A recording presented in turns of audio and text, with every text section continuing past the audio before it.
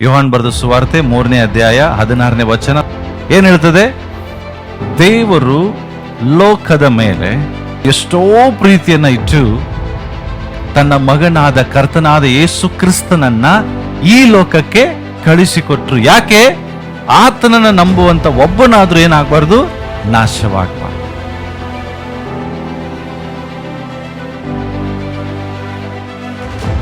Father loved corrupted ಪ್ರಾಡಿಕಲ್ ಸನ್.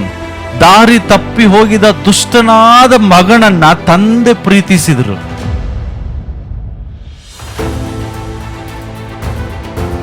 ದುಷ್ಟನಾದಂತ ಜಕ್ಕಾಯ, corrupt income tax officer,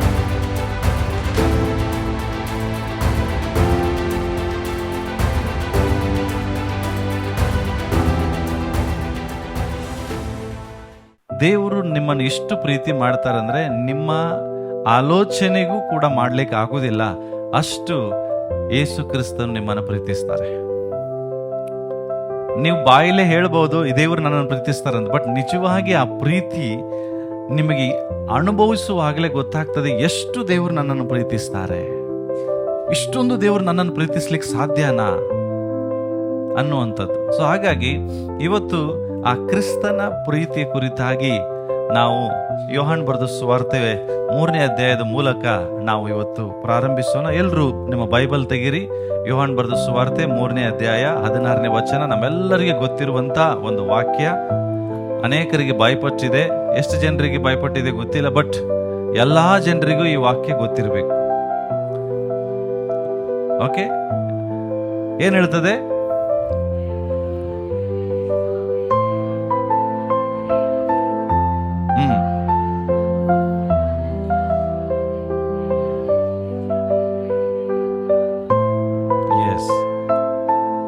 ದೇವರು ಲೋಕದ ಮೇಲೆ, ಅಲ್ಲಿ ಬರ್ತದೆ ಎಷ್ಟೋ ಅಂತ. ಎಷ್ಟು ಅಂದ್ರೆ ಅದಕ್ಕೆ ಮಿತಿ ಇಲ್ಲ, ಅದನ್ನ ಕೌಂಟ್ ಮಾಡ್ಲಿಕ್ಕೆ ಆಗುದಿಲ್ಲ, ಅಳೆಯುವುದಕ್ಕೆ ಆಗುದಿಲ್ಲ. ದೇವರ ಪ್ರೀತಿಯ ಅಗಲ, ಎತ್ತರ, ಆಳ ಎಷ್ಟೆಂಬುದನ್ನ ಮೆಜರ್ ಮಾಡಕ್ ಆಗುದಿಲ್ಲ. ಅಷ್ಟು ಪ್ರೀತಿಯನ್ನ ದೇವರು ಲೋಕದ ಮೇಲೆ ಮಾಡಿದ್ರು. ಲೋಕ ಅನ್ನುವಾಗ ಪ್ರಾಣಿ ಪಕ್ಷಿ ಅಲ್ಲ, ಲೋಕದಲ್ಲಿರುವ ಜನರು. ಅದರಲ್ಲಿ ವಿಶೇಷವಾಗಿ ಇಲ್ಲಿ ಕೂತಂತ ನಿಮ್ಮ ಮೇಲೆ, ಇಲ್ಲಿ ಕೂತಂತ ಪ್ರತಿಯೊಬ್ಬರ ಮೇಲೆ ದೇವರು ಎಷ್ಟೋ ಪ್ರೀತಿಯನ್ನ ಇಟ್ಟು ತನ್ನ ಮಗನಾದ ಕರ್ತನಾದ ಯೇಸು ಕ್ರಿಸ್ತನನ್ನ ಈ ಲೋಕಕ್ಕೆ ಕಳಿಸಿಕೊಟ್ರು. ಯಾಕೆ? ಆತನನ್ನ ನಂಬುವಂತ ಒಬ್ಬನಾದ್ರೂ ಏನಾಗಬಾರ್ದು, ನಾಶವಾಗಬಾರ್ದು. ಪಕ್ಕದವ್ರಿಗೆ ಹೇಳ್ರಿ, ದೇವರು ನಿನ್ನ ಮೇಲೆ ಎಷ್ಟೋ ಪ್ರೀತಿಯನ್ನು ಇಟ್ಟು ಯೇಸು ಕ್ರಿಸ್ತನನ್ನ ನಿನಗಾಗಿ ಈ ಲೋಕಕ್ಕೆ ಕಳಿಸಿಕೊಟ್ಟನು. ಹಲ್ಲೆಲೂಯಾ. ಓಕೆ, ಅಲ್ಲಿ ಜಾನ್ 3:16 ಅನ್ನ ಈ ರೀತಿಯಾಗಿ ಡಿಸೈನ್ ಮಾಡಿದ್ದೇವೆ. For God so love the world that he gave only his begotten son that whoever believe in him should not perish but have everlasting life. So ಅದನ್ನ ಮಧ್ಯದಲ್ಲಿ ಗಾಸ್ಪಲ್ ಎಂಬುದಾಗಿ ಅದನ್ನ design ಮಾಡಿದ್ದಾರೆ. ಅಂದ್ರೆ ಇದು ಒಂದು ಸುವಾರ್ತೆ. ಯೋಹಾನ 3:16 ಅನ್ನುವಂಥದ್ದೇನಿದೆ ವಚನ, ಇದು ಒಂದು ಸುವಾರ್ತೆ, ಜನರಿಗೆ ತಿಳಿಸುವಂತ ಶುಭ ಸಂದೇಶ. ಇದನ್ನ ನೀವು ಬಾಯ್ಪಟ್ಟು ಹಾಕೋದಲ್ಲ, ಇದರ ಸತ್ಯವನ್ನ ತಿಳ್ಕೊಂಡು ಜನರಿಗೆ ತಿಳಿಸುವಂಥದ್ದು. ಯೋಹಾನ 3:16 ಅಂದ್ರೆ ದೇವರು ನಿಮ್ಮನ್ನ ಪ್ರೀತಿಸ್ತಾರೆ. ಎಷ್ಟು ಪ್ರೀತಿಸ್ತಾರೆ? ತನ್ನ ಒಬ್ಬನೇ ಮಗನನ್ನ ನಿಮಗಾಗಿ ಕೊಡುವಷ್ಟು ಪ್ರೀತಿಸ್ತಾರೆ. ತಿಳ್ಕೊಡ್ರಿ, ಈ ಲೋಕದಲ್ಲಿ ಯಾರು ಸ್ವಂತ ಮಗನನ್ನ ಕೊಡ್ಲಿಕ್ಕೆ ಆಗುದಿಲ್ಲ. ನೀವು ಬಹಳಷ್ಟು ಪ್ರೀತಿ ಮಾಡದಂತ ನಿಮ್ಮ ಮಕ್ಕಳನ್ನ ಯಾರೊಬ್ಬ ಕೊಲೆ ಮಾಡದಂತ ವ್ಯಕ್ತಿಗಾಗಿ ಕೊಡ್ತೀರಾ? ಕೊಡ್ರಿ ನೋಡೋಣ. ಈಗ ನಿಮ್ಮ ಮಕ್ಕಳಿದ್ದಾರೆ, ನಿಮ್ಮ ಮಕ್ಕಳನ್ನ ಎಷ್ಟೋ ಪ್ರೀತಿ ಮಾಡ್ತೀರಿ ನೀವು. ನಿಮ್ಮ ಒಂದೇ ಮಗನನ್ನ ಯಾರೊಬ್ಬ ವ್ಯಕ್ತಿ ಕೊಲೆ ಮಾಡಿರ್ತಾನೆ, ಆ ಕೊಲೆಗಾರಕ್ಕೆ ಶಿಕ್ಷೆ ಆಗೋದು ಬೇಡ, ಮಗ ನೀನ್ ಹೋಗಿ ಜೈಲಿಗೆ ಹೋಗಂತ ಕಳಿಸ್ತೀರಾ?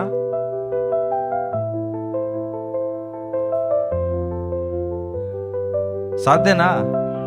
ಯಾರೋ ಕೊಲೆ ಮಾಡಿದ್ದಾರೆ, ಅವ ಜೈಲಿಗೆ ಹೋಗ್ಬೇಕು, ಅವ ಜೈಲಿಗೆ ಹೋಗೋದು ಬೇಡ, ನೀನ್ ಮಗ ಅವನಿಗೋಸ್ಕರ ಹೋಗಂತ ಹೋಗ್ತೀರಾ? ನಿಮ್ಮ ಮಕ್ಕಳನ್ನ ಅವ್ರ ಸಮೀಪಕ್ಕೂ ಬಿಡುವುದಿಲ್ಲ. ಆದರೆ ದೇವರು ನನ್ನ ಬಗ್ಗೆ ನಿನ್ನ ಬಗ್ಗೆ ಹಂಗೆ ವಿಚಾರ ಮಾಡಲಿಲ್ಲ. ನಾನು ಜೈಲಿಗೆ ಹೋಗ್ಬಾರ್ದಂತ ಹೇಳಿ ತನ್ನ ಮಗನನ್ನ ಜೈಲಿಗೆ ಕಳಿಸಿದ್ರು. ನಾನು ನೀನು ನರಕಕ್ಕೆ ಹೋಗ್ಬಾರ್ದಂತ ಹೇಳಿ ತನ್ನ ಮಗನನ್ನ ನರಕಕ್ಕೆ ಕಳಿಸಿದ್ರು. ನಾನು ನೀನು ಶಿಕ್ಷೆನ ಅನುಭವಿಸಬಾರ್ದಂತ ಹೇಳಿ ತನ್ನ ಮಗನಿಗೆ ಶಿಕ್ಷೆ ಕೊಟ್ರು. ಅರ್ಥ ಮಾಡ್ಕೊಡ್ರಿ, ಇಷ್ಟು ಪ್ರೀತಿ ನಿಮಗೆ ಯಾರು ಮಾಡ್ತಾರೆ? ಹೌದಾ? ಸಾಧ್ಯನಾ? ಆಕ್ಚುಲಿ ಈ ಸಂದೇಶ ರೆಡಿ ಮಾಡುವಾಗಲೇ ನಾನು ಕಣ್ಣೀರಲ್ಲಿ ನೀರು ಬಂದಿತ್ತು. ಅಂದ್ರೆ ಸತ್ಯ ಗೊತ್ತಿದೆ ನಮಗೆ, ಆದರೂ ದೇವರ ಪ್ರೀತಿ ನೆನಪು ಮಾಡ್ಕೊಳ್ಳುವಾಗ ಅಳು ಬರ್ತದೆ. ಇಷ್ಟು ಪ್ರೀತಿ ನನಗೆ ನೀನು ಯಾಕೆ ಮಾಡಿದಿ? ಅದಕ್ಕೆ ನಾವು ಅರ್ಹರಲ್ಲ, ಯೋಗ್ಯರಲ್ಲ. ದೇವರು ನನ್ನನ್ನು ಪ್ರೀತಿಸಬೇಕಾದ್ರೆ ನನ್ನಿಂದ ಏನೂ ಲಾಭ ಇಲ್ಲ ದೇವರಿಗೆ. ಆದರೂ ದೇವರು ನನ್ನನ್ನೇ ಯಾಕೆ ಇಷ್ಟು ಪ್ರೀತಿಸಿದೆ? ಪ್ರಿಯರೇ, ನಿಜವಾಗಿ ಹೇಳ್ತೇನೆ, ಆತನ ಪ್ರೀತಿ ನೀವು ಅರ್ಥ ಮಾಡಿಕೊಂಡ್ರೆ ನಿಮಗಾಗಿ ಜೀವಿಸೋದನ್ನು ಬಿಟ್ಟು ಬಿಡ್ತೀರಿ. ನಿಮಗೋಸ್ಕರ ಅಷ್ಟು ಪ್ರೀತಿ ಮಾಡಿ ಪ್ರಾಣ ಕೊಟ್ಟಂತನಿಗೋಸ್ಕರ ಜೀವಿಸ್ಲಿಕ್ಕೆ ಪ್ರಾರಂಭಿಸ್ತೀರಿ. ಆತನು ಅಷ್ಟು ಪ್ರೀತಿ ನಿಮಗೆ ಮಾಡಿದ. ತಿಳ್ಕೊಡ್ರಿ, ಜಸ್ಟ್ ಈ ಪ್ರೀತಿಯನ್ನ ಹಳೆ ಒಡಂಬಡಿಕೆಯಲ್ಲಿ ಅಬ್ರಾಹ್ಮನಲ್ಲಿ ನಾವು ನೋಡ್ತೇವೆ.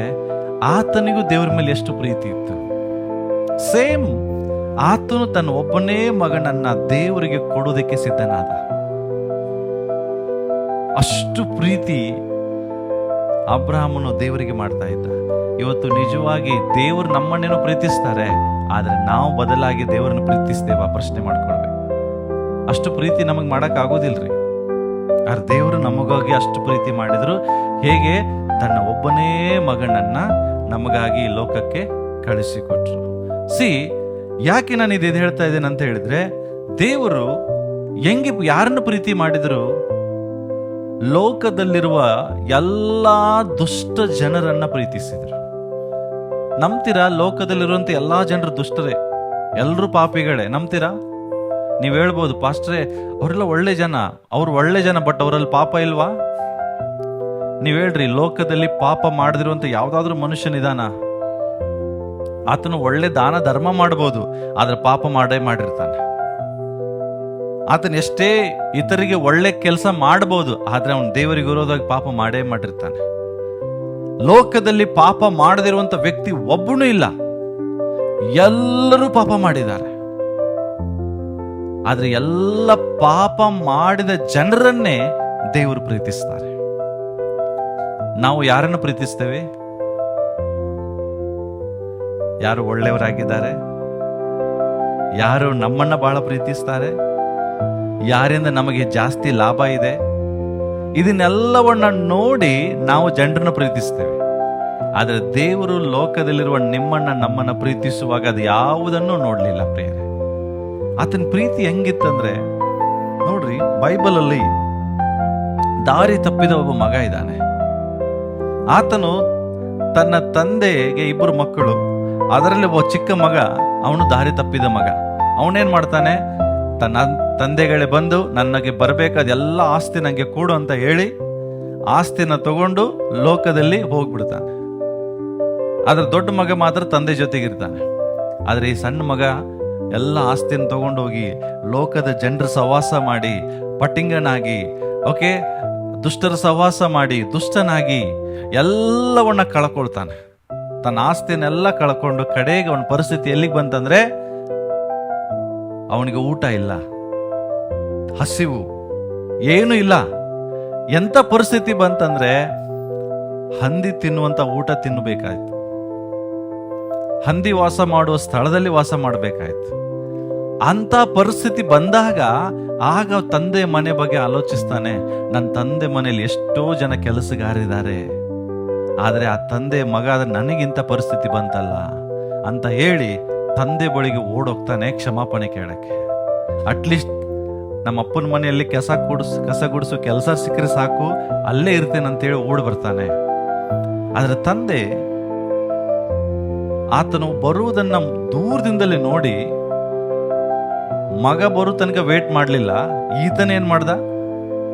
ಈತನೇ ಓಡಿ ಹೋಗ್ತಾನೆ. ಓಡಿ ಹೋಗಿ ಆ ಮಗನನ್ನ ಅಪ್ಕೊಳ್ತಾನೆ. ಕೆಸರು, ಹೊಲಸು, ದುರ್ವಾಸನೆ ಸ್ನಾನ ಮಾಡಲಿಲ್ಲ, ಹಂದಿ ಜೊತೆ ಮಲಗುವಂತ ವ್ಯಕ್ತಿ ಅಂತ ಮಗನನ್ನ ಏನ್ ಮಾಡ್ತಾನೆ, ಅಪ್ಕೊಳ್ತಾನೆ. ಇಮ್ಯಾಜಿನ್ ಮಾಡ್ರಿ, ಒಬ್ಬ ವ್ಯಕ್ತಿ ಗಟಾರದಲ್ಲಿ ಬಿದ್ದಂತ ವ್ಯಕ್ತಿಗೆ ನೀವು ಹೋಗಿ ಅಪ್ಕೋತೀರಾ? ಕೈಯಾದ್ರೂ ಕೊಡ್ತೀರಾ ಹೋಗಿ? ಉದಾಹರಣೆ, ನಿಮ್ಮ ಮಗನೇ ಬಿದ್ದಿದ್ದಾನೆ, ನಿಮ್ಮ ಮಕ್ಕಳೇ ಬಿದ್ದಿದ್ದಾರೆ ಗಟಾರದಲ್ಲಿ, ಹೋಗಿ ಆ ಮಕ್ಕಳನ್ನ ಅಪ್ಕೋತೀರಾ? ಒಂದು 4 ಹೊಡಿತೀರಿ ಫಸ್ಟ್. ಬುದ್ಧಿ ಇಲ್ಲ ನಿನಗೆ, ಹಂಗಿಲ್ಲ ಹಿಂಗಿಲ್ಲ ಅಂತ, ಹೌದಾ?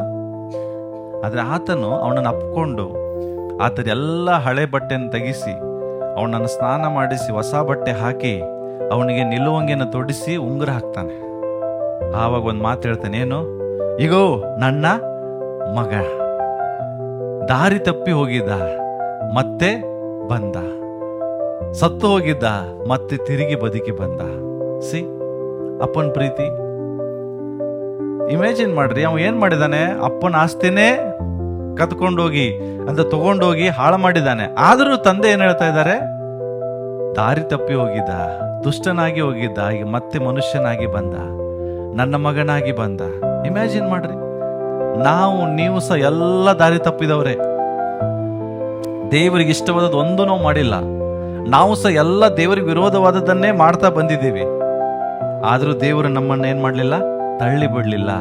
ನಾವು ದೇವರ ಬಳಿಗೆ ಹೋಗುವಾಗ, ಪಾಪವನ್ನು ಮಾಡಿ ತಪ್ಪುಗಳನ್ನು ಮಾಡಿ ದೇವರ ಬಳಿಗೆ ಹೋಗುವ ದೇವರು ನಮ್ಮನ್ನು ಏನ್ ಮಾಡಿದ್ರು? ಅಪ್ಕೊಂಡ್ರು. ನನ್ನ ಮಗನೇ, ನನ್ನ ಮಗಳೇ, ದಾರಿ ತಪ್ಪಿದಿ, ಈಗ ನೀನೇನಾಗಿದಿ?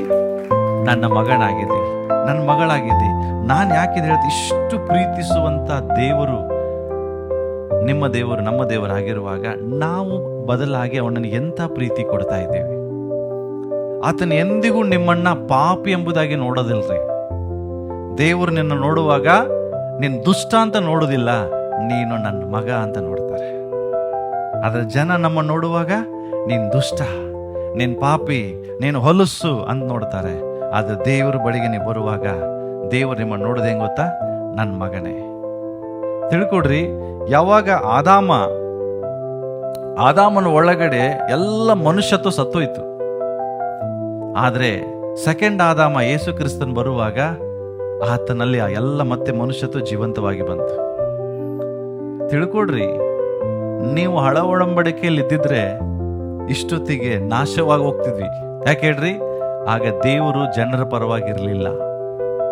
ಯಾಕೆಂದ್ರೆ ಜನ ಪಾಪದಲ್ಲೇ ಜೀವಿಸ್ತಾ ಇದ್ರು. ಪಾಪವನ್ನು ದ್ವೇಷಿಸುವಂತ ದೇವರು ಜನರನ್ನು ತಳ್ಳಿಬಿಟ್ಟ. ಸಿಟ್ಟಿನಿಂದ ನೀರಿನಿಂದಲೇ ಎಲ್ಲ ಜನರನ್ನ ಸರ್ವನಾಶ ಮಾಡಿದ್ರು. ಆದ್ರೆ ನಾವು ಕೃಪೆ ಕಾಲ ಯೇಸು ಕ್ರಿಸ್ತನ ಪ್ರೀತಿಯಲ್ಲಿ ನಾವಿದ್ದೇವೆ. ಈಗ ದೇವರು ನಮ್ಮ ಪರವಾಗಿದ್ದಾರೆ. ದೇವರು ನಮ್ಮ ಕಡೆ ಇದ್ರೆ ನಮ್ಮನ್ನು ಎದುರಿಸೋರು ಯಾರು? ಅಂದ್ರೆ ದೇವರಿಗೆ ನಮ್ಮ ಪರವಾಗಿ ನಿಂತಿದ್ದಾರೆ. ಸೊ ಇಲ್ಲಿ ನಾನು ಹೇಳ್ತಾ ಇದ್ದೇನೆ, ದೇವರು ಯಾರನ್ನ ಪ್ರೀತಿಸಿದ್ರು? ಯಾರನ್ನ ಪ್ರೀತಿಸಿದ್ರು? ಎಲ್ರು ಹೇಳ್ರಿ? ಪಾಪಿಗಳನ್ನ. ಎನ್ನಕ್ಕಿಂತ ಹೇಳ್ಬೋದು ದುಷ್ಟರನ್ನ. ಹೇಳ್ರಿ, ಎಲ್ರು ಹೇಳ್ರಿ? ದುಷ್ಟರನ್ನ. ನೋಡ್ರಿ, so father loved corrupted prodigal son. ದಾರಿ ತಪ್ಪಿ ಹೋಗಿದ ದುಷ್ಟನಾದ ಮಗನನ್ನ ತಂದೆ ಪ್ರೀತಿಸಿದ್ರು.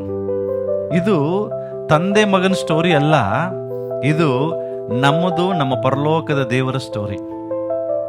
ಅರ್ಥ ಆಗ್ತಾ ಇದೆಯಾ? ನಾವು ಎಲ್ಲರೂ ದಾರಿ ತಪ್ಪಿದ ದುಷ್ಟರಾಗಿದ್ದೀವಿ, ಪಾಪಿಗಳಾಗಿದ್ದೀವಿ, ಪಾಪದ ಮೇಲೆ ಪಾಪಗಳನ್ನು ಮಾಡ್ತಾ ಇದ್ದೀವಿ.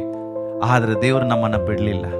ನಿಜವಾಗಿ ಹೇಳ್ಬೇಕಾದ್ರೆ ನಾವು ಮಾಡೋ ಪಾಪಕ್ಕೆ ನಮಗೆ ಸ್ವರ್ಗ ಅಲ್ಲ, ಅದರ ನೆರಳು ನಮಗೆ ಬೀಳೋದಿಲ್ಲ. ಆದ್ರೆ ದೇವರು ಆ ನರಕದ ಬಾಗಿಲಿಂದ ತಪ್ಪಿಸಿ ಪರಲೋಕದ ಸದಸ್ಯರನ್ನಾಗಿ ನಮ್ಮನ್ನು ಮಾಡಿದ್ದಾರೆ. ಹಲ್ಲೆಲೂಯಾ. ದುಷ್ಟರಾದ ನಮ್ಮನ್ನ ಪರಲೋಕದ ಕಡೆಗೆ ದೇವರು ನಡೆಸ್ತಾ ಇದ್ದಾರೆ. ಅದರ ಅರ್ಥ ದೇವರು ದುಷ್ಟರಾದ ಅಂದ್ರೆ ದಾರಿ ತಪ್ಪಿದ ಮಗನನ್ನ ಪ್ರೀತಿಸಿದ್ರು. ನೀವು ನೋಡ್ರಿ, ಮತ್ತೆ ಲೂಕನ್ ಬರೆದ ಸುವಾರ್ತೆ 19ನೇ ಅಧ್ಯಾಯಕ್ಕೆ ನೀವು ಹೋದ್ರಿ, ಅಲ್ಲಿ ದುಷ್ಟನಾದಂತ ಜಕ್ಕಾಯ, ದುಷ್ಟನು, ಕರಪ್ಟ್ ಇನ್ಕಮ್ ಟ್ಯಾಕ್ಸ್ ಆಫೀಸರ್ ಅಂತ ಅವನು, ಗೊತ್ತಾ ನಿಮಗೆ? ದುಷ್ಟನಾದಂತ ಸುಂಕ ವಸೂಲಿ ಮಾಡೋ ವ್ಯಕ್ತಿ. ನ್ಯಾಯವಾಗಿ ಕೆಲಸ ಮಾಡ್ತಿರ್ಲಿಲ್ಲ ಅವನು. ಯಾವಾಗಲೂ ಬರೇ ದುಷ್ಟ. ಜನರ ಹತ್ರ 2ರಷ್ಟು 3ರಷ್ಟು ಬರೇ ವಸೂಲಿ ಮಾಡುವಂತ ಕೆಲಸ ಮಾಡ್ತಿದ್ದ, ದುಷ್ಟಾಗಿದ್ದ ಜಕ್ಕಾಯ. ಆದ್ರೆ ಜಕ್ಕಾಯನನ್ನ ದೇವರು ಹೆಂಗೆ ನೋಡಿದ್ರು? ಪ್ರೀತಿಯಿಂದ. ಜಕ್ಕಾಯನೇ, ತಟ್ಟನೆ ಇಳಿದು ಬಾ, ಇವತ್ತು ನಾನು ನಿನ್ನ ಮನೆಗೆ ಬರ್ತೇನೆ. ಕಳ್ಳರ ಮನೆಗೆ ಎಷ್ಟು ಜನ ಹೋಗ್ತೀರಿ? ಹಲೋ. ದುಷ್ಟರ ಮನೆಗೆ ಎಷ್ಟು ಜನ ಹೋಗ್ತೀರಿ? ನಿಮ್ಗೆ ಗೊತ್ತು, ಯಾವುದೋ ಒಂದು ಸ್ತ್ರೀ ವ್ಯಭಿಚಾರ ಮಾಡ್ತದೆ, ಎಷ್ಟು ಜನ ಹೋಗ್ತೀರಿ ಅವ್ರ ಮನೆಗೆ?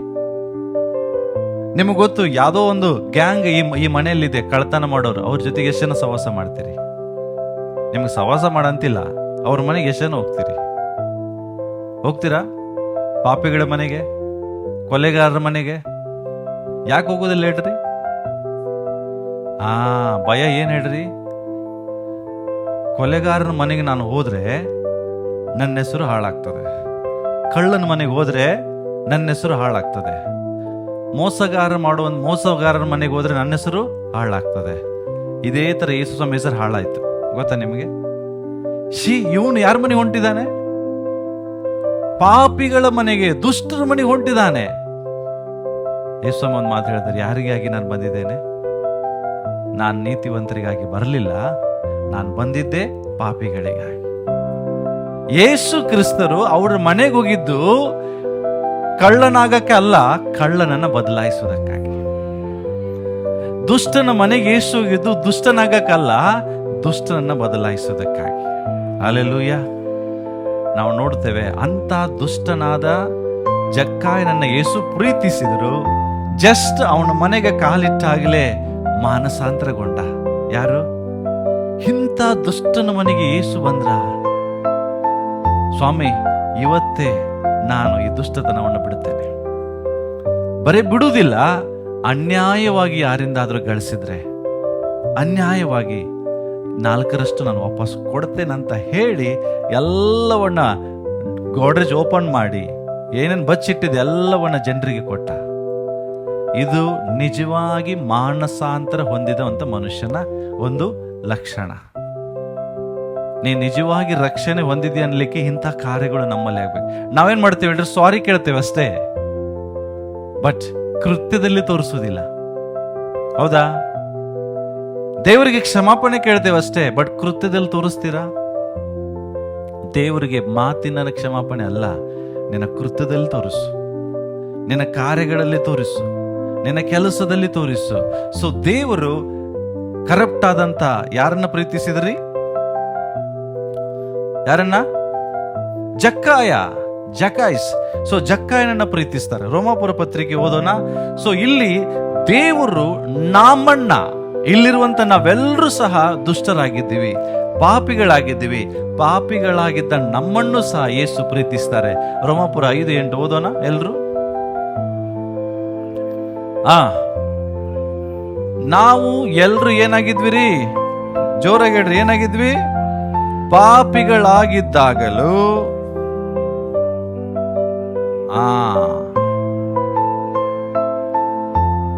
ಹಲೋ, ಬರೇ ದೇವರು ತೋರಿಸಲಿಲ್ಲ, ದೇವರು ರುಜುವಾತ್ ಪಡಿಸಿದ, ಸಿದ್ಧಾಂತ ಪಡಿಸಿದ. ದೇವರು ನಿನ್ನನ್ನು ಎಷ್ಟು ಪ್ರೀತಿಸ್ತಾನೆ ಇದು ಕೃತ್ಯದಲ್ಲಿ ತೋರಿಸ್ತಾರೆ. ನಾವ್ ಹೆಂಗ್ ಹೇಳ್ತೇವೆ? ದೇವರೇ ನಾನು ನಿನ್ನನ್ನು ಪ್ರೀತಿಸ್ತೇನೆ, ಬಾಯಿಯಿಂದ ಹೇಳ್ತೇವೆ. ಕೃತ್ಯದಲ್ಲಿ ಏನಾದ್ರೂ ಮಾಡಿದ್ರ? ಏನಾದ್ರೂ ಬದಲಾವಣೆ, ಏನಾದ್ರೂ ತ್ಯಾಗ? ನಿನ್ನನ್ನು ಪ್ರೀತಿಸಿದ, ನಿನಗಾಗಿ ಪ್ರಾಣ ಕೊಟ್ಟ ಯೇಸುವಿಗೆ ಏನಾದ್ರೂ ತ್ಯಾಗ ಮಾಡಿದ್ರ? ಬಾಯಲ್ಲಿ ಹೇಳ್ತೇವೆ ಸಾರಿ, ಐ ಲವ್ ಯು.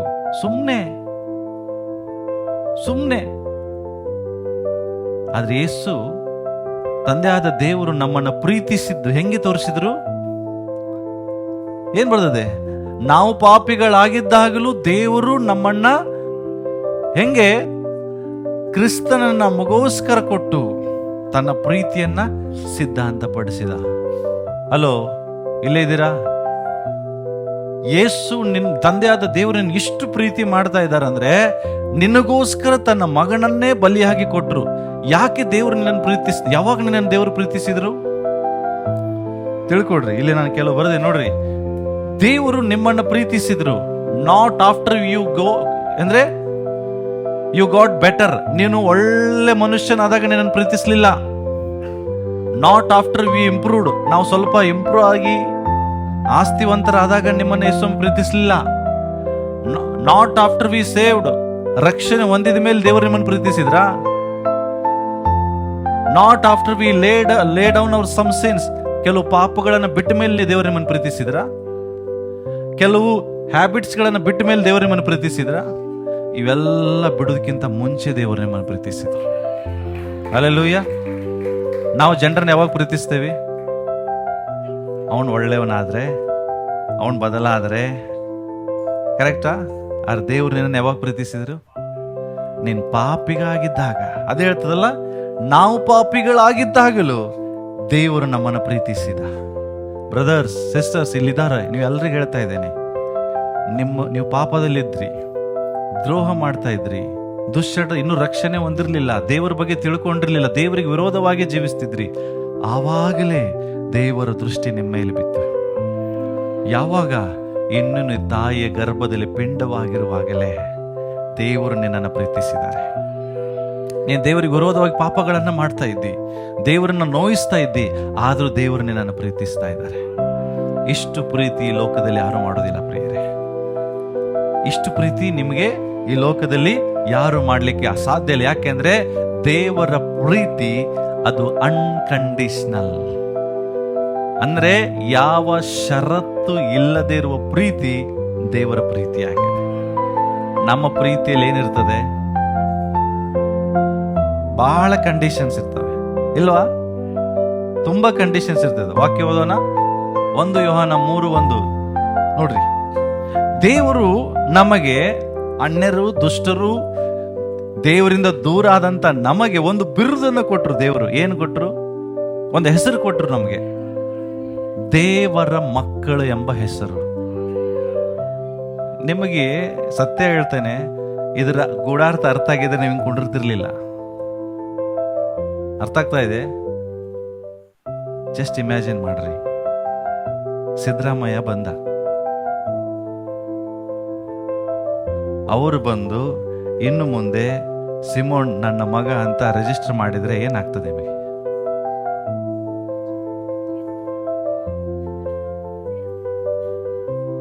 ಅಲ್ರಿ, ಏನಾಗ್ತದೆ ನಿಮಗೆ? ದೇವರು ಬಂದು ಹೇಳ್ತಾ ಇದ್ದಾರೆ ಈಗ, ಓಕೆ, ಲೋಹಿತ್ ನನ್ನ ಮಗ ಆದ, ನಾನು ಅವನನ್ನ ಮಗನಾಗಿ ಪಡ್ಕೊಂಡೆ, ಇನ್ನು ಮುಂದೆ ಅವ್ ಯಾರ ಮಗ? ಸಿದ್ದರಾಮಯ್ಯನ. ಏನಾಗ್ತದೆ ನಿಮಗೆ? ದುಃಖ ಆಗ್ತದಾ? ಏನಾಗತ್ತೆ? ನಿಮ್ಮ ನೋಡಂಗಿಲ್ಲ ಅವಾಗ, ಹಂಗಿರ್ತೀರಿ ನೀವು. ಯಾಕೆ? ಯಾರ ಮಕ್ಕಳಾಗಿರಿ? ಯಾರ ಮಕ್ಕಳಾಗಿರಿ? CM PM. ಒಬ್ಬ CM ಮಗ ಅಂತ ಹೇಳಿಕೊಂಡ್ರೆ ನಿಮಗೆ ಹೆಮ್ಮೆ, ಕರೆಕ್ಟ್ ಅಲ್ಲ? ಜಸ್ಟ್ ಇಮ್ಯಾಜಿನ್ ಮಾಡ್ರಿ, ರಾಮಪ್ಪನ ಮಗ ಅಂದ್ರೆ ಇಷ್ಟ ಖುಷಿ ಆಗೋದಿಲ್ಲ ನಿಮಗೆ, ಹಣ್ಮಕ್ಕನ ಮಗ ಅಂದ್ರೆ ಖುಷಿ ಆಗೋದಿಲ್ಲ, ದ್ಯಾಮವ್ವನ ಮಗ ಅಂದ್ರೆ ಖುಷಿ ಆಗೋದಿಲ್ಲ, ಆಗತ್ತಾ? CM ಸಿದ್ದರಾಮಯ್ಯ ಅವರ ಮಗ ಅಂದ್ರೆ ಪೊಲೀಸರು ಸಹ ನಿನಗೇನ್ ಮಾಡ್ತಾರೆ? ಹೊಡಿತಾರ ಇಲ್ಲೋ? ಯಾಕೆ? CM ಅವ್ರ ಮಗ. ಆದ್ರೆ ದೇವರು ನಿನಗೆ CM ಮಗ ಪದವಿ ಕೊಟ್ಟಿಲ್ಲ, ನೀವು ನನ್ನ ಮಗ, ದೇವರ ಮಗ. ಅರ್ಥ ಆಗ್ತಾ ಇದೆ? ಈ ಪದವಿ ಎಲ್ರಿಗೂ ಇಲ್ಲ. ಅದು ಹೇಳ್ತದೆ, ದೇವರ ಮಕ್ಕಳೆಂಬ ಹೆಸರು ದೇವರು ನಮಗೆ ಕೊಡುವಾಗಲೇ ಎಂತ ಪ್ರೀತಿ ದೇವರು ನಮ್ಮ ಮೇಲೆ ಇಟ್ಟಿದ್ದಾನೆ. ಇಮ್ಯಾಜಿನ್ ಮಾಡ್ರಿ, ನೀನು ಯಾರು? ನೀನು? ನಿಮ್ಮ ತಂದೆ ಪರಲೋಕದಲ್ಲಿದ್ದಾರೆ. ಅದರ ಅರ್ಥ ನಿನ್ನ ನಿಜವಾದ ವಾಸಸ್ಥಾನ ಪರಲೋಕ. ಆತನ ಮಗ, ಮಗಳಾಗಿ ಭೂಲೋಕದಲ್ಲಿ ನೀನಿದ್ದೀಯಾ. ಜಸ್ಟ್ ಇಮ್ಯಾಜಿನ್ ಮಾಡ್ರಿ, ಎಂಥ ಪ್ರೀತಿ ಲೋಕದಲ್ಲಿ ಯಾರು ನಿನಗೆ ಮಾಡೋದಿಲ್ಲ. ಇದಕ್ಕೆ ಕರಿತೀವಿ ನಾವು ಅನ್ಕಂಡೀಷನಲ್ ಲವ್. ಏನಂತ ಕರಿತೀವಿ ಇದಕ್ಕೆ? ಸೊ ಲವ್, ದೇವರ ಪ್ರೀತಿ ಬಗ್ಗೆ ಹೆಂಗಿದೆ ಅಂದ್ರೆ, God's commitment to our well being. It's unconditional love means unrestricted and unlimited. ಅಂದ್ರೆ ಪ್ರೀತಿ ಅಂದ್ರೆ ಏನು ಅಂದ್ರೆ, ನಾನು ನೀನು ಯಾವಾಗ್ಲೂ ಸಂತೋಷವಾಗಿರ್ಬೇಕಂತ ಹೇಳಿ ದೇವರು ನಮಗೋಸ್ಕರ ತನ್ನನ್ನು ತಾನು ಸಮರ್ಪಿಸಿಕೊಂಡಿದ್ದಾರೆ. ನಾವು ಎಂದಿಗೂ ನಾಶವಾಗಬಾರ್ದು, ನಾವು ಚೆನ್ನಾಗಿರ್ಬೇಕು. ಒಬ್ಬ ತಂದೆ ಒಂದು ಮಗು ಬಹಳ ಪ್ರೀತಿ ಮಾಡ್ತಾನೆ ತನ್ನ ಮಗನನ್ನ. ಯಾಕೆ ಪ್ರೀತಿ ಮಾಡ್ತಾನೆ? ನನ್ನ ಮಗ ಯಾವಾಗಲೂ ಚೆನ್ನಾಗಿರ್ಬೇಕು. ಅಪ್ಪ ಮಗನಿಗಾಗಿ ಒಂದು ಒಪ್ಪಂದ ಮಾಡ್ಕೊಳ್ತಾನೆ, ಏನು? ಇನ್ನು ಮುಂದೆ ಜಾಸ್ತಿ ಖರ್ಚು ಮಾಡೋದು ಬೇಡ, ಮಗನ ಎಜುಕೇಷನ್ಗಾಗಿ ಸ್ವಲ್ಪ ತೆಗೆದಿಡೋಣ, ಅವನ ಭವಿಷ್ಯತ್ತಿಗಾಗಿ ಪ್ಲಾನ್ ಮಾಡೋಣ, ಅವನ ಹೆಸರಿನಲ್ಲಿ LIC ಮಾಡಿಸೋಣ, ಏನೇನೋ ಮಾಡ್ತಾರೆ. ಯಾಕೆ? ಅವನ ಭವಿಷ್ಯ ಚೆನ್ನಾಗಿರ್ಬೇಕು. ಒಂದು ಲೋಕದ ತಂದೆ ತನ್ನ ಮಗನನ್ನ ಇಷ್ಟು ಚೆನ್ನಾಗಿ ಪ್ಲಾನ್ ಮಾಡೋದಾದ್ರೆ, ಪರಲೋಕದ ತಂದೆ ನಿನ್ನ ಬಗ್ಗೆ ಇನ್ನೂ ಎಂತ ದೊಡ್ಡ ಪ್ಲಾನ್ ಮಾಡಿರ್ಬೋದು. ಅದಕ್ಕೆ ಅದು ಲಿಮಿಟ್ ಇಲ್ಲ ದೇವರ ಪ್ರೀತಿಗೆ. ದೇವರ ಪ್ರೀತಿ ಹೆಂಗಿದೆ ಅಂತೆ? ಅನ್ಲಿಮಿಟೆಡ್.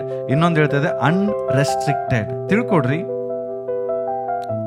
ಈಗ ನೀವು ಯಾವ್ದಾದ್ರು ವ್ಯಕ್ತಿಯನ್ನ, ಉದಾಹರಣೆಗೆ ಒಂದು ಗಂಡ ತನ್ನ ಹೆಂಡತಿಯನ್ನು ಪ್ರೀತಿಸ್ತಾನೆ. ಯಾಕೆ ನೀನು ಪ್ರೀತಿ ಮಾಡ್ತೀನಿ ಅಂತ ಕೇಳಿದ್ರೆ, ಒಂದು ಹೆಂಡತಿ ತನ್ನ ಗಂಡನ ಪ್ರೀತಿಸುವಾಗ ನಿಮ್ಮ ಗಂಡನ ಯಾಕೆ ನೀವು ಪ್ರೀತಿ ಮಾಡ್ತೀರ ಅಂತ ಒಂದು ಪ್ರಶ್ನೆ ಕೇಳ್ತಾರೆ. ಅವಾಗ ನಿಮ್ಮ ಉತ್ತರ ಏನು?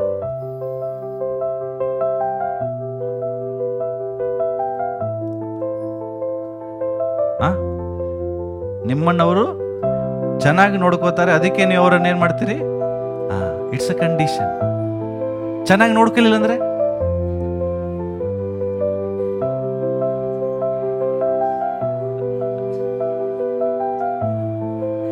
ಚೆನ್ನಾಗಿ ನೋಡ್ಕೊಲಿಲ್ಲ ಅಂದ್ರೆ ಹಲೋ, ಯಾಕೆ ನೀವು ನಿಮ್ಮ ಹೆಂಡತಿನ ಪ್ರೀತಿಸ್ತೀರಿ? ಹೆಂಡತಿ ಆಗಿದ್ದಕ್ಕೆ ಮಾತ್ರ ಪ್ರೀತಿಸ್ತೀರಿ. ಓಕೆ, ಮತ್ತೆ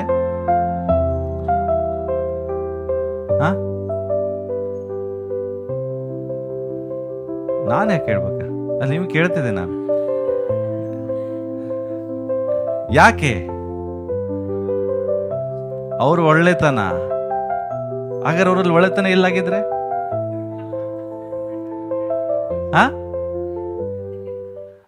ಸಿಸ್ಟರ್ ಹೇಳ್ತಾರೆ, ಯಾಕೆ ನೀವು ಗಂಡನ್ ಪ್ರೀತಿಸ್ತೀರಿ? ಕೈ ಬಿಟ್ಬಿಟ್ರೆ ಪ್ರೀತಿ ಇಲ್ಲ. ನೀವು ಏನ್ ರೀಸನ್ ಹೇಳ್ತಾ ಇದ್ದೀರಿ? It's all conditional. ಹೌದಾ? ಚೆನ್ನಾಗಿ ನೋಡ್ಕೋತಾರೆ ಅದಕ್ಕೆ ಪ್ರೀತಿಸ್ತೇವೆ, ಕೊನೆವರೆಗೂ ಇರ್ತಾರೆ ನಮಗೆ ಪ್ರೀತಿಸ್ತೀವಿ. ನನ್ನ ಹೆಂಡತಿ ಆಗಿದ್ದಾಳೆ ಅಂತ ಪ್ರೀತಿಸ್ತೀರಿ. ಹೌದಾ? ಕರೆಕ್ಟಾ? ನನಗೆ ಒಳ್ಳೆ ಅಡಿಗೆ ಮಾಡಾಕ್ತಾರೆ, ನನ್ನ ಬಗ್ಗೆ ಕ್ಯಾರ್ ತಗೋತಾರೆ. ಕೆಲವ್ರಿಗೆ ಕೇಳಿದ್ರು, ಯಾಕೆ ನಿಮ್ಮ ಹೆಂಡತಿನ ಭಾಳ ಪ್ರೀತಿಸಿ? ನನ್ನ ಹೆಂಡತಿ ಭಾಳ ಸುಂದರವಾಗಿದ್ದಾಳೆ. ಸುಂದರವಾಗಿಲ್ಲ ಆದ್ರೆ ಇನ್ನೊಬ್ಬಂಗೆ ಕೇಳಿದ್ವಿ, ಯಾಕೆ ನೀವು ಹೆಂಡತಿ? ನನ್ನ ಹೆಂಡತಿಗೆ ಭಾಳ ಉದ್ದ ಕೂದಲಿದೆ, ಅದಕ್ಕೆ ನಾನು ಬಹಳ ಪ್ರೀತಿ ಮಾಡ್ತೇನೆ. ಹಾಗಾದ್ರೆ ಉದ್ದ ಕೂದಲಿಲ್ಲ ಅಂದ್ರೆ ಇಟ್ಸ್ ಆಲ್, ಇದೆಲ್ಲ ಏನಂದ್ರೆ ಕಂಡೀಷನ್. ನಿಮ್ಮ ಪ್ರೀತಿಯಲ್ಲಿ ನಾನು ಇವರನ್ನು ಯಾಕೆ ಪ್ರೀತಿ ಮಾಡ್ತೇನೆ ಅಂತ ಕಾರಣ ಕೊಟ್ರೆ ಅದೆಲ್ಲ ಕಂಡೀಷನ್. ದೇವರು ನಿನ್ನನ್ನು ನಾನು ಪ್ರೀತಿಸುವಾಗ ಯಾವ ಕಾರಣನೂ ಇಲ್ಲ ದೇವರಿಗೆ,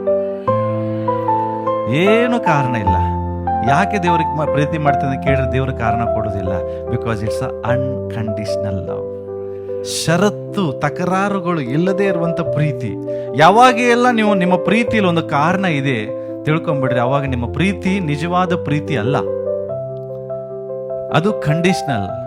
ನನ್ನ ಹೆಂಡತಿ ನನ್ನನ್ನು ಚೆನ್ನಾಗಿ ನೋಡ್ಕೊಂಡ್ರೆ ಜಾಸ್ತಿ ಪ್ರೀತಿ, ನೋಡ್ಕೊಲಿಲ್ಲ ಅಂದ್ರೆ ಪ್ರೀತಿ ಇಲ್ಲ. ನನಗೆ ಬೇಕಾಗಿದ್ದು ಅಡಿಗೆ ಮಾಡಿ ಹಾಕಿದ್ರೆ ಅಷ್ಟೇ ಪ್ರೀತಿ, ಮಾಡಲಿಲ್ಲ ಅಂದ್ರೆ ಪ್ರೀತಿ ಇಲ್ಲ. ನನ್ನ ಗಂಡ ನನಗೆ ಬೇಕಾಗಿದ್ದು ಕೊಡಿಸಿದ್ರೆ ಮಾತ್ರ ಪ್ರೀತಿ, ಇಲ್ಲ ಅಂದ್ರೆ ಪ್ರೀತಿ ಇಲ್ಲ.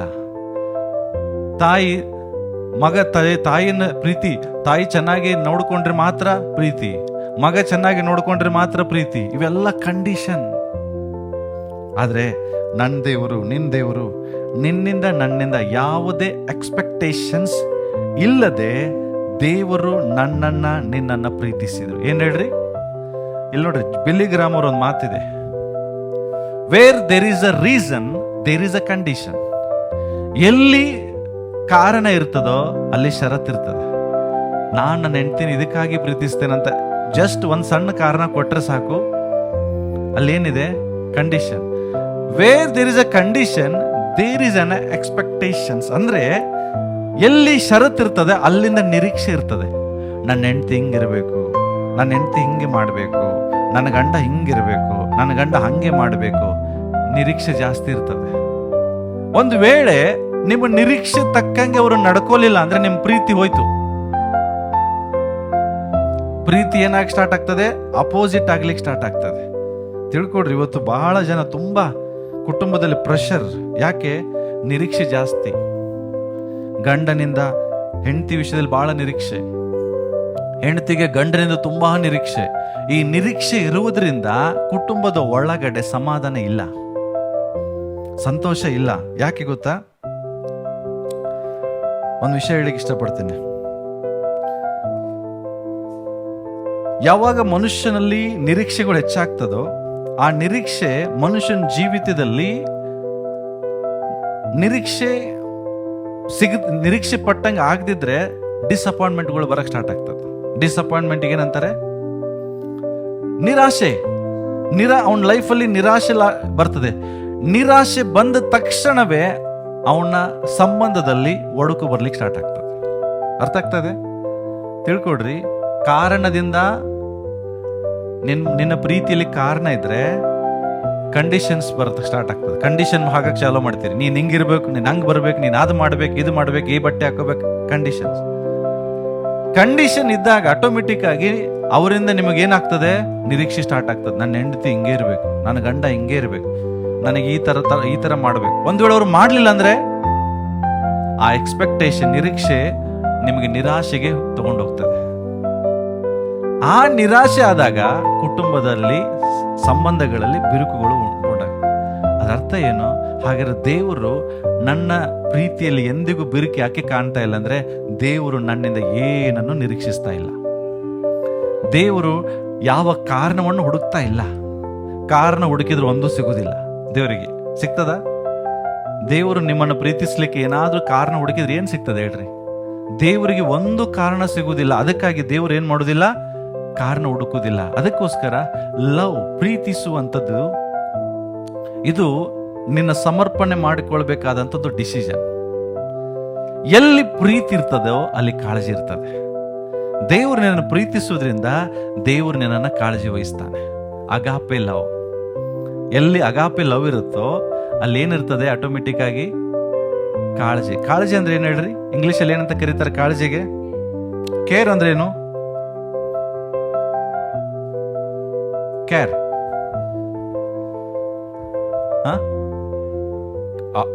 ಕಣ್ಣಿಟ್ರದು ಕ್ಯಾರ? ಇದು ಎಂತ ಕ್ಯಾರಪ್ಪ! ನಮ್ಮನ್ನ ಹಿಂಗೆ ಕೇರ್ ಮಾಡ್ತೀವ್ರ ನಮ್ಮ ಹೆಂಡತಿ ಹಂಗ ಅನಿಸ್ತದೆ. ಕಣ್ಣಿಟ್ಟಿರೋದು ಕ್ಯಾರ? ಹೇಳ್ರಿ ನೋಡೋಣ, ಕ್ಯಾರ್ ಅಂದ್ರೆ ಏನು? ಎಲ್ಲ ಟೈಮಲ್ಲಿ ಅದೇ ಏನದು ಕಾಳಜಿ ಅಂದ್ರೆ? ಸಾರಿ, ಲಕ್ಷ್ಯ ಕೊಡೋದು. Very good, okay. ದೇವರು ನಿಮ್ಮನ್ನ ಕ್ಯಾರ್ ವಹಿಸ್ತಾರೆ. ಹೆಂಗೆ? ಕ್ಯಾರಿಂಗಿಗೆ ಒಂದು ಡೆಫಿನೇಷನ್ ಹುಡುಕಿದೆ ನಾನು ಡಿಕ್ಷನರಿಯಲ್ಲಿ. ಯಾಕಂದ್ರೆ ಎಲ್ಲ ನಾನು ಸ್ಟಡಿ ಮಾಡುವಾಗ ಅಲ್ಲಿ ಬಂತು. Caring means study what they need tomorrow, give it today. ಅರ್ಥ ಆಗ್ತಾ ಇದೆಯಾ? ಏನ್ ಹೇಳ್ರಿ? ಕೇರಿಂಗ್ ಅಂದ್ರೆ ಇಟ್ಸ್ ಅ ಸ್ಟಡಿ. ಅದೊಂದು ಸ್ಟಡಿ ಇದ್ದಂಗೆ. ಏನು? What they need tomorrow and give it today. ಅವ್ರಿಗೆ ಏನ್ ಅವಶ್ಯಕತೆ ಇದೆ ನಾಳೆ, ಅದನ್ನ ನೀನು ಸ್ಟಡಿ ಮಾಡಿ ಇವತ್ತು ಅವ್ರಿಗೆ ಅದನ್ನು ಒದಗಿಸಿ ಕೊಡೋದೇ ಕೇರ್. ನಿಮ್ಮ ಮಕ್ಕಳಿಗೆ ಏನ್ ಬೇಕು ನಿಮ್ಗೆ ಗೊತ್ತಿಲ್ವಾ?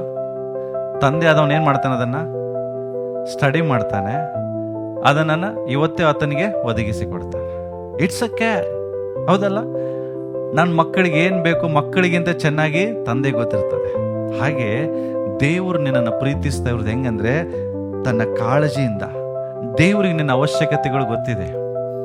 ನಿನಗೆ ಏನ್ ಬೇಕು, ಏನ್ ಬೇಡ ಎಲ್ಲ ದೇವರಿಗೆ ಗೊತ್ತಿದೆ. ಅದಕ್ಕೆ ದೇವರ ವಾಕ್ಯ ಹೇಳ್ತದಲ್ಲ, ಏನ್ ತಿನ್ಬೇಕು, ಏನ್ ಕುಡಿಬೇಕು, ಇದ್ರ ಬಗ್ಗೆ ಚಿಂತೆ ಮಾಡೋರು ಅಜ್ಞಾನಿಗಳು. ನಿನ್ನ ಅವಶ್ಯಕತೆಗಳು ನಿನ್ನ ದೇವರಿಗೆ ಗೊತ್ತಿದೆ. ನೀನ್ ಜಸ್ಟ್ ನಿನ್ನ ದೇವರ ಹಿಂದೆ ಹೋಗು, ನಿನಗೆ ಬೇಕಾಗಿದ್ದೆಲ್ಲ ನಿನ್ನ ಹಿಂದೆ ಬರ್ತದೆ. ಅದೇ ದೇವರು ನಮ್ಮ ವಿಷಯದಲ್ಲಿ ಮಾಡುವಂಥದ್ದೇನೆಂದ್ರೆ, ನನ್ನನ್ನ ದೇವರು ಹೆಂಗೆ ಪ್ರೀತಿಸ್ತಾನಂತ ಹೇಳಿದ್ರೆ ಅನ್ಕಂಡೀಷನಲ್, ಯಾವುದೇ ಷರತ್ತುಗಳು ಇಲ್ಲದೆ ದೇವರು ನಿನ್ನನ್ನ ದೇವರು ಪ್ರೀತಿಸ್ತಾನೆ. ತಿಳ್ಕೊಡ್ರಿ, ಒಂದು ತಂದೆ, ತಾಯಿ, ಗಂಡ, ಹೆಂಡತಿ ಇವರೆಲ್ಲರ ಪ್ರೀತಿಯಲ್ಲಿ ನಿರೀಕ್ಷೆಗಳು ಇದೆ. ಆದ್ರೆ ದೇವರ ಪ್ರೀತಿಯಲ್ಲಿ ಮಾತ್ರ ಏನಿಲ್ಲ ಪ್ರಿಯರೇ, ಯಾವುದೇ ನಿರೀಕ್ಷೆ ಇಲ್ಲ. ಹಾಗಾಗಿ ಅದು ಅನ್ಕಂಡೀಷನಲ್ ಲವ್. ಓಕೆ, ಹಾಗಾದ್ರೆ ದೇವರ ಪ್ರೀತಿಯ ಶಕ್ತಿ ಏನು? ಬೇಗ ನಾನು ಮುಗಿಸ್ತೇನೆ, ಟೈಮ್ ಇಲ್ಲ. ದೇವರ ಪ್ರೀತಿಯ ಶಕ್ತಿ ತಿಳ್ಕೊಡ್ರಿ. 2 ಕೊರಿಂಥದವರಿಗೆ ಬರೆದ ಪತ್ರಿಕೆ 5ನೇ ಅಧ್ಯಾಯ 14ನೇ ವಚನ ಓದಿಕೊಳ್ಳೋಣ ಬೇಗ. ಕ್ರಿಸ್ತನ ಪ್ರೀತಿ, ಹಲೋ, ಏನ್ ಹೇಳ್ತದೆ? ದೇವರ ಪ್ರೀತಿ ನಮಗೆ ಒತ್ತಾಯ ಮಾಡ್ತದೆ.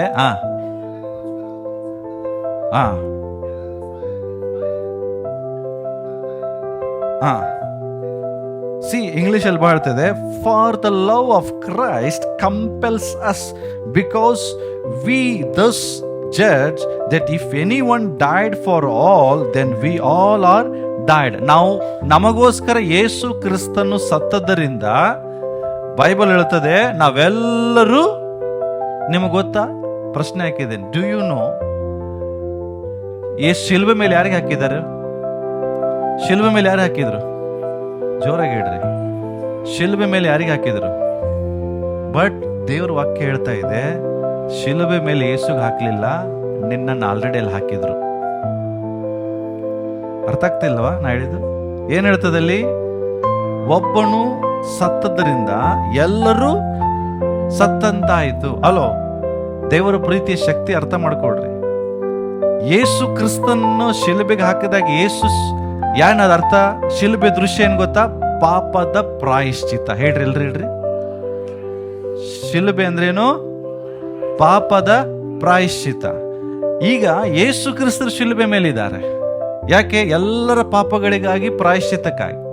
ಆದ್ರೆ ತಂದೆಯಾದ ದೇವರು ಶಿಲುಬೆಯನ್ನ ನೋಡುವಾಗ ತನ್ನ ಒಬ್ಬನೇ ಮಗನನ್ನ ನೋಡ್ಲಿಲ್ಲ. ಯಾಕೆ ಗೊತ್ತಾ? ಅಲ್ಲಿ ತಂದೆಯಾದ ದೇವರು ಯೇಸು ಕ್ರಿಸ್ತನ ಕೈ ಬಿಟ್ರು.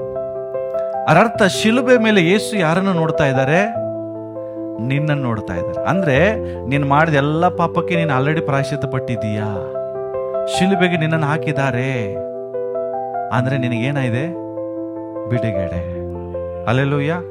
ಜಸ್ಟ್ ಇನ್ನೊಂದು ಎಕ್ಸಾಂಪಲ್ ಕೊಡ್ತೀನಿ. ಈ ಉದಾಹರಣೆಗೆ ಗಣೇಶ್ ಬಾ ಇಲ್ಲಿ ಬರೀ, ಗಣೇಶ್ ಬರ, ಮತ್ತೆ ಥಾಮಸ್ ಬಾ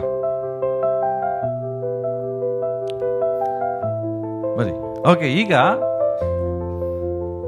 ಗಣೇಶ್ ಇಲ್ವಾ? ಥಾಮಸ್ ಅಲ್ಲಿರ. ಈಗ ಗಣೇಶ್ ಥಾಮಸ್ ಕಡೆ ಸಾಲ ಮಾಡಿದ್ದಾನೆ. ಏನ್ರಿ? ಗಣೇಶ ಥಾಮಸ್ ಕಡೆ ಸಾಲ ಮಾಡಿದ್ದಾನೆ. ಬಟ್ ಈ ಸಾಲ ಇವನಿಗೆ ತೀರಿಸ್ಲಿಕ್ಕೆ ಆಗ್ತಿಲ್ಲ. ಅಷ್ಟು ಸಾಲ ಇವ ಮಾಡಿಬಿಟ್ಟಿದ್ದಾನೆ. ಈಗ ಇವ ಸಾಲ ಮಾಡಿ ತೀರ್ಸಕ್ಕೆ ಆಗದೆ ಇರುವಾಗ ಇವನು ಒದ್ದಾಡೋದನ್ನ ನಾನು ನೋಡ್ತೇನೆ. ಬಹಳ ಒದ್ದಾಡ್ತಾ ಇದ್ದಾನೆ, ಸಾಲ ತೀರ್ಸ್ಲಿಕ್ಕೆ ಆಗ್ತಿಲ್ಲ. ಈಗ ಆಗ ನಾನೇನ್ ಮಾಡ್ತೇನೆ, ಗಣೇಶಿಗೆ ಗೊತ್ತಿಲ್ಲದೆ ನಾನು ಇವನ್ ಕಡೆ ಹೋಗಿ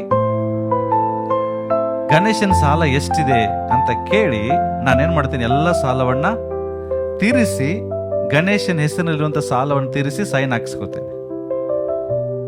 ತಿಳ್ಕೊಡ್ರಿ, ಈಗ ಬಿಡುಗಡೆ ನನಗಾಯ್ತಾ ಇವನಿಗಾಯ್ತಾ? ₹1 ಕಟ್ಟದೆ ಇವನಿಗೇನಾಯ್ತು?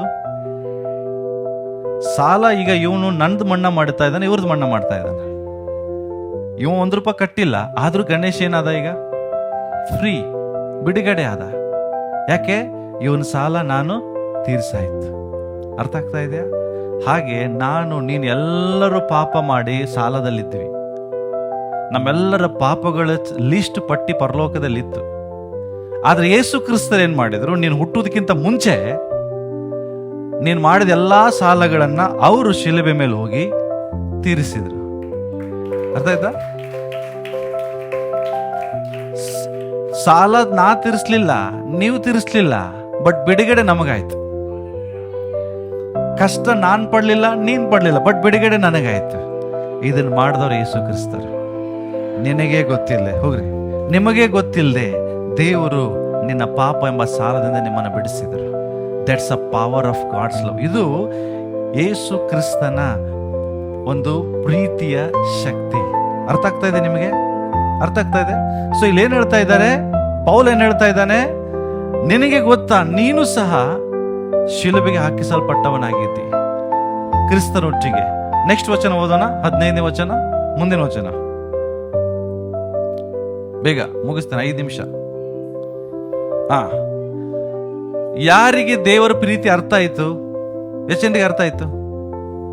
ದೇವರು ನಿಮ್ಮನ್ನು ಪ್ರೀತಿಸ್ತಾನಂತ ಗೊತ್ತಾಯ್ತಾ? ಎಷ್ಟು ಜನರಿಗೆ ಗೊತ್ತಾಯ್ತು? ಸತ್ಯವಾಗಿ ಹೇಳ್ರಿ. ಎಸ್ ಪಾಸ್ಟರ್, ದೇವ್ರು ನನ್ನ ಪ್ರೀತಿಸ್ತಾನ, ನಂಗೆ ಗೊತ್ತಾಯ್ತಾ? ಗೊತ್ತಾದ್ರೆ ಅವಾಗ ಹೇಳ್ತಾ ಇದ್ದಾನೆ. ಹಾಗಾದ್ರೆ 15ನೇ ವಚನ ನೋಡ್ರಿ. ಜೀವಿಸೋರು ಇನ್ನು ಮೇಲೆ ಯಾರಿಗಾಗಿ ಜೀವಿಸದೆ? ತಮಗಾಗಿ ಜೀವಿಸದೆ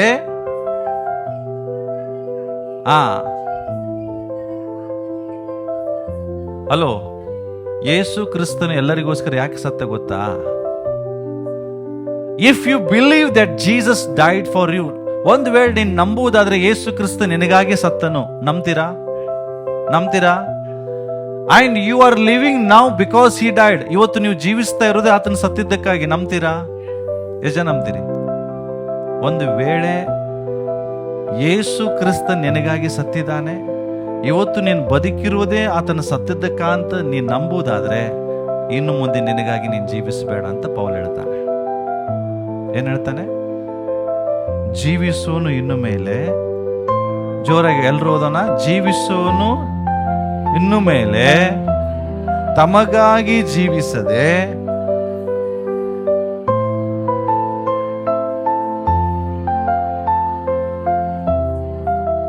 ಅರ್ಥ ಆಯ್ತಾ? ನಿಮಗಾಗಿ ಯೇಸು ಕ್ರಿಸ್ತನ್ ಸತ್ತರು ಅಂತ ನಿಮ್ಗೆ ಗೊತ್ತಾದ ಮೇಲೆ ಇನ್ನು ಮುಂದೆ ನೀವು ನಿಮಗಾಗಿ ಜೀವಿಸಬೇಡ್ರಿ. ನಿಮ್ಗೆ ಗೊತ್ತಾ, ಇಡೀ ಜಗತ್ತಿನಲ್ಲಿ ಒಂದು ದೊಡ್ಡ ಸಮಸ್ಯೆ ಇದೆ. ಏನ್ ಹೇಳ್ರಿ? ಇಡೀ ಜಗತ್ತಿಗೆ ಒಂದು ದೊಡ್ಡ ಸಮಸ್ಯೆ ಮೋದಿ ಗೌರ್ಮೆಂಟ್ ಅಲ್ಲ, ರೋಗನೂ ಅಲ್ಲ, ಇಡೀ ಜಗತ್ತಲ್ಲಿ ಒಂದು ಸಮಸ್ಯೆ ಇದೆ. ಎಸ್, ಒಂದು ದೊಡ್ಡ ಸಮಸ್ಯೆ ಎಲ್ಲರಲ್ಲಿ ಇರಿದೆ, ಅದೇ ಸ್ವಾರ್ಥ. ಯಾಕೆ ಹೇಳ್ರಿ? ಎಲ್ಲರೂ ಜೀವಿಸ್ತಾ ಇರೋದು ಯಾರಿಗಾಗಿ? ನಿಜವಾಗಿ ನಾವು ಒಪ್ಕೋತೀರಾ? ಆದ್ರೆ ಪೌಲ ಏನ್ ಹೇಳ್ತಾನೆ? ಯೇಸು ನಿನಗಾಗಿ ಸತ್ತನಂತ ನೀನು ನಂಬಿದ್ರೆ ನೀನ್ ನಿನಗಾಗಿ ಜೀವಿಸಬೇಡ. ಯಾರಿಗಾಗಿ ಜೀವಿಸು? ಯಾರಿಗಾಗಿ ಜೀವಿಸು? ಹೆಂಗೆ ಯೇಸುವಾಗಿ ಜೀವಿಸಿದ್ರಿ? ಇವತ್ತು ಏನಿದ್ರು ಸ್ವಾರ್ಥ ಸ್ವಾರ್ಥ ಸ್ವಾರ್ಥ. ಆದ್ರೆ ದೇವರ ವಾಕ್ಯವೆಂಬ ಬೆಳಕಿನಲ್ಲಿ ನೀನು ಜೀವಿಸುವಾಗ ನೀನು ಸ್ವಾರ್ಥಕ್ಕಾಗಿ ಸಾಯ್ತೀಯ, ಕ್ರಿಸ್ತನಿಗಾಗಿ ಬದುಕಲಿಕ್ಕೆ ಪ್ರಾರಂಭಿಸ್ತೀಯ. ದೇವರ ವಾಕ್ಯ ಹೇಳ್ತದೆ, ನಿಜವಾದ ಬೆಳಕು ದೇವರ ವಾಕ್ಯ. ಹೌದಾ? ನಿಜವಾದ ಬೆಳಕು ಅನ್ಲಿಕ್ಕೆ ಅರ್ಥ ಏನು? ಹಾಗಾದ್ರೆ ಬೇರೆ ಬೆಳಕು ಇದೆ ಅಂತ ಲೋಕದಲ್ಲಿ. ಜನರಿಗೆ ಮೋಸ ಮಾಡುವಂತ ಇನ್ನೊಂದು ಬೆಳಕು ಇದೆ, ನಿಜವಾದ ಬೆಳಕು ಇದೆ, ಇನ್ನೊಂದು ಸುಳ್ಳಾದ ಬೆಳಕು ಇದೆ. ನೀನು ನಿಜವಾದ ಬೆಳಕು ಎಲ್ಲಂದ್ರೆ ದೇವರ ವಾಕ್ಯ ಅಡಿಯಲ್ಲಿ ಜೀವಿಸುವಾಗ ನಿಮ್ಗೆ ಗೊತ್ತಾಗ್ತದೆ, ನಾನು ನನಗಾಗಿ ಜೀವಿಸ್ತಾ ಇದ್ದೇನೆ. ದೇವರ ವಾಕ್ಯವನ್ನು ಓದೋನು ಪ್ರತಿನಿತ್ಯ ಹಗಲಿರುವುದನ್ನು ಧ್ಯಾನಿಸೋನಿಗೆ ಅರ್ಥ ಆಗ್ತದೆ, ನಾನು ನನಗಾಗಿ ಜೀವಿಸ್ತಾ ಇದ್ದೇನೆ ಅಂತ. ತಿಳ್ಕೊಳ್ರಿ, ಹೆಂಗೆ ಡೂಪ್ಲಿಕೇಟ್ ಲೈಟ್ ಇರ್ತಾವೆ ಅಂತ. ನೀವು ಶಾಪಿಂಗ್ ಮಾಡಕ್ ಹೋಗಿರ್ತೀರಿ, ಹೌದಾ? ನಿಮಗೆ ಬೇಕಾದಂತ ಒಂದು ಒಳ್ಳೆ ಕಲರ್ ಶರ್ಟ್ ಸಿಗ್ತದಲ್ಲಿ, ಒಳ್ಳೆ ನೇವಿ ಬ್ಲೂ ಶರ್ಟ್ ಬೇಕಾಗಿರ್ತದೆ ನಿಮಗೆ, ಅದೇ ಸಿಗ್ತದೆ ನಿಮಗೆ. ಅವಾಗ ಅದನ್ನು ಹಾಕೋತೀರಿ, ಟ್ರಯಲ್ ನೋಡ್ತೀರಿ, ಬಹಳ ಖುಷಿ ಆಗ್ತದೆ. ಆದ್ರೆ ಬೆಳಗ್ಗೆ ಮನೆಗೆ ಬಂದು ನೋಡುವಾಗ ಕಲರೇ ಬೇರೆ ಇರ್ತದೆ. ಆಗಿಲ್ವಾ ಹಂಗ ಅನುಭವ ನಿಮಗೆ? ಅರೆ, ಅಂಗಡಿಯಲ್ಲಿ ನೋಡ್ರೆ ಸೇಮ್ ಹಂಗಿತ್ತು, ಹೊರಗೆ ಬಂದಾಗೆ. ಯಾಕೆ? ಅಂಗಡಿಯಲ್ಲಿರೋ ಬೆಳಕು ನಿಜವಾದ ಬೆಳಕಲ್ಲ. ಬಟ್ಟೆ ಶಾಪಲ್ಲಿ ಇರುವಂತ ಬೆಳಕು ಆರ್ಟಿಫಿಷಿಯಲ್ ಬೆಳಕು, ನಿಮ್ಮನ್ನ ಮೋಡಿ ಮಾಡೋ ಬೆಳಕು. ನಿಮ್ಮನ್ನ ಮೋಡಿ ಮಾಡಿ ಶೈನಿಂಗ್ ಹಾಕದಂತ ಬಟ್ಟೆ ನೋಡ್ಕೊಂಡು ಅಂತ ತರ್ತೀರಿ, ಮನೆಗೆ ಬಂದ ತಕ್ಷಣ ಖುಷಿನೇ ಇಲ್ಲ, ಅಲ್ಲೆಷ್ಟು ಚಂದ ಕಾಣ್ತು. ಯಾಕೆ? ಅದು ಡೂಪ್ಲಿಕೇಟ್ ಬೆಳಕು. ಇದು ನಿಜವಾದ ಬೆಳಕು. ನಿಜವಾದ ಬೆಳಕಿನಲ್ಲಿ ಸತ್ಯ ಗೊತ್ತಾಗ್ತದೆ. ಆ ನಿಜವಾದ ಬೆಳಕು ಯಾವ್ದಂದ್ರೆ ದೇವರ ವಾಕ್ಯ. ಆ ಬೆಳಕಿನಲ್ಲಿ ನಿಮ್ಮ ನೀವು ಅಳದ್ಕೊಳ್ರಿ. ನೀವು ಹೆಂಗ್ ಅಳ್ಕೋತಾ ಇದ್ದೀರಿ ಅಂದ್ರೆ, ನಾನು ಸರಿ ಇದ್ದೀನಿ, ಲೋಕದ ಬೆಳಕಿನ ರೀತಿ ನೋಡ್ಕೋತಾ ಇದ್ದೀರಿ. ಕ್ರಿಸ್ತನಿಗಾಗಿ ಜೀವಿಸ್ತಾ ಇದ್ದೀರಾ? ಪರೀಕ್ಷೆ ಮಾಡ್ಕೊಳ್ರಿ. ಇವತ್ತಿನ ದಿವಸದ ಸಂದೇಶದ ಅರ್ಥನೇ ನಿಮಗಾಗಿ ಜೀವಿಸೋದು ನಿಲ್ಲಿಸ್ರಿ. ಇಷ್ಟು ಪ್ರೀತಿ ದೇವರು ನಿಮ್ಮನ್ನು ಮಾಡ್ತಾರೆ ಅಂತ ಗೊತ್ತಾದ ಮೇಲೆಯೂ ಮತ್ತು ನೀವು ನೋಡ್ರಿ, ಒಂದು ಮಗ ನಮ್ಮ ಅಪ್ಪ ಅಮ್ಮ ಇಷ್ಟು ನನ್ನ ಪ್ರೀತಿಸ್ತಾರಂತ ಅವನಿಗೆ ಅರಿವಾದ ಮೇಲೆ ಅವನ ಅಪ್ಪ ಅಮ್ಮನ ಸಂತೋಷಕ್ಕಾಗಿ ಬದುಕ್ತಾನೆ, ಬದುಕುದಿಲ್ವಾ? ಯಾವಾಗ ಅಪ್ಪ ಅಮ್ಮನ ಪ್ರೀತಿ ಅರ್ಥ ಆದಾಗ. ಆದ್ರೆ ದೇವರ ಪ್ರೀತಿ ನಿಮ್ಗೆ ಅರ್ಥ ಆಗಿದೆ ಅಂತ ಬಾಯಲ್ಲಿ ಹೇಳ್ತೀರಿ, ಆದ್ರೂ ಜೀವಿಸೋದು ಯಾರಿಗಾಗಿ? ಒಪ್ಕೋತೀರಾ? ಹೌದು ಪಾಸ್ಟ್ರೆ, ನಮ್ಮ ಆಸೆ, ನಮ್ಮ ಆಕಾಂಕ್ಷೆ, ಅದೇ ನಮ್ಗೆ ಇಂಪಾರ್ಟೆಂಟ್, ಬೇರೆ ಯಾವುದು ನನಗೆ ಇಂಪಾರ್ಟೆಂಟ್ ಅಲ್ಲ. ಪೌಲಲ್ಲಿ ಹೇಳ್ತಾ ಇದ್ದಾನೆ, ನಿನ್ನ ಆಸೆ ಹಂಗೆ ಬದುಕಬೇಡ, ದೇವರ ಆಸೆ ಹಂಗೆ ಬದುಕು. ದೇವರು ಒಂದು ವೇಳೆ ನಿನ್ನ ವಿಷಯದಲ್ಲಿ ಏನಾದ್ರೂ ಬಯಸಿದ್ರೆ ತ್ಯಾಗ ಮಾಡು, ಆದ್ರೆ ದೇವರ ಆಸೆ ಹಂಗೆ ಬದುಕು. ಇದನ್ನ ಹೇಳ್ತಾ ಇರೋ ಮಾತು ಯಾರ್ದು? ಯಾರ್ರೀ? ಯಾರು? ಜೋರಾಗಿ ಹೇಳ್ರಿ, ಯಾರು? ಅವನು ಬರೇ ಮಾತಲ್ಲಿ ಹೇಳಿಲ್ಲ, ದೇವರಿಗಾಗಿ ಬದುಕಿ ತೋರಿಸಿದ. ಬೈಬಲಲ್ಲಿ 2 ವ್ಯಕ್ತಿಗಳಿದ್ದಾರೆ, ಒಂದು ಪೇತ್ರ, ಇನ್ನೊಂದು ಪೌಲ. ಪೇತ್ರನ ಲೈಫ್ ಸ್ಟೋರಿ ಹೆಂಗಂದ್ರೆ, ಅವನು ದೇವರ ರಾಜ್ಯವನ್ನ ಪ್ರೊಟೆಕ್ಟ್ ಮಾಡಲಿಕ್ಕೆ ಹೋದ. ಆದ್ರೆ ಪೌಲ ಆ ದೇವರ ರಾಜ್ಯವನ್ನ ಪ್ರಚಾರ ಮಾಡ್ತಾ ಹೋದ. ಪೇತ್ರನ ಲೈಫ್ ಸ್ಟಡಿ ಮಾಡ್ರಿ. ಯೇಸು ಸ್ವಾಮಿಗೆ ಹಿಡಿದು ಕೊಡ್ಲಿಕ್ಕೆ ಇಸ್ಕರಿಯೋದ ಪರಿಸರನ ಕರ್ಕೊಂಡ್ಬರ್ತಾನೆ. ಹೌದಾ? ಪರಿಸರನ ಕರ್ಕೊಂಡ್ಬರುವಾಗ ಸೈನಿಕರು ಎಲ್ಲ ಎದ್ದು ಯೇಸುವನ್ನು ಹಿಡಿತಾರೆ. ಅವಾಗ ಇಮ್ಮಿಡಿಯೇಟ್ ಆಗಿ ರೋಷಗೊಂಡವನ್ ಯಾರು? ಪೇತ್ರ. ಇಮ್ಮಿಡಿಯೇಟ್ ಆಗಿ ಎದ್ದು ಏನ್ ಮಾಡ್ದ? ಯೇಸುವಿನ ಖುಷಿ ಆಯ್ತಾ? ಅಂದ್ರೆ ಅವನು ಯೇಸುವನ್ನು ಬದುಕಿಸ್ಲಿಕ್ಕೆ ಟ್ರೈ ಮಾಡ್ತಿದ್ದ, ಅದು ದೇವರಿಗೆ ಅದು ಖುಷಿ ಇಲ್ಲ. ಇವತ್ತು ಪೇತ್ರನ ಮಿನಿಸ್ಟ್ರಿ ಬಹಳ ಜನರು ಅಂದ್ರೆ ಅದನ್ನು ಪ್ರೊಟೆಕ್ಟ್ ಮಾಡಬೇಕು, ಅದನ್ನು ಕಾಪಾಡ್ಕೊ, ಈ ರೀತಿಯಾದ ಮಿನಿಸ್ಟ್ರಿ. ಆದರೆ ದೇವರಿಗೆ ಬೇಕಾಗಿದ್ದು ದೇವರ ರಾಜ್ಯವನ್ನು ಪ್ರೊಟೆಕ್ಟ್ ಮಾಡೋದು ನಿನ್ನ ಕೆಲಸ ಅಲ್ಲ, ಅದು ದೇವರ ಕೆಲಸ. ನಿನ್ನ ಕೆಲಸ ಏನು ಗೊತ್ತಾ? ಅದೇ ದೇವರ ರಾಜ್ಯವನ್ನ ಜನರಿಗೆ ತಿಳಿಸು. ಈತನು ಬರೀ ಬಾಯಿಲಿ ಹೇಳಲಿಲ್ಲ ರೀ, ಕ್ರಿಸ್ತನಿಗಾಗಿ ಬದುಕಿ ತೋರಿಸಿದ, ದೇವರಿಗಾಗಿ ಬದುಕಿದ. ಒಂದು ವಚನ ಓದಿಕೊಳ್ಳೋಣ, ಮುಗಿಸ್ತಾನೆ. ಅಪೊಸ್ತಲರ ಕೃತ್ಯ ತೆಗಿರಿ ಬೇಗ, ಇದ್ರಾಗಿಲ್ಲ, ತೆಗಿರಿ. 20ನೇ ಅಧ್ಯಾಯ ತೆಗಿರಿ, 2 ನಿಮಿಷ ಇದೆ. ಅಪೊಸ್ತಲರ ಕೃತ್ಯಗಳು ತೆಗೆದ್ರ? 17ನೇ ವಚನ ಹೋದ್ರಿ. ಹಾ ಹಾ ಹಾ ಹ್ಮ್ ಹ್ಮ್ ಹ್ಮ್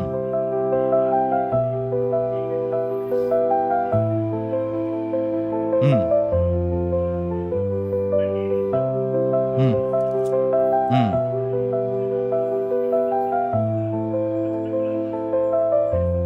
ಹ್ಮ್ ಓಕೆ. ಹ್ಮ್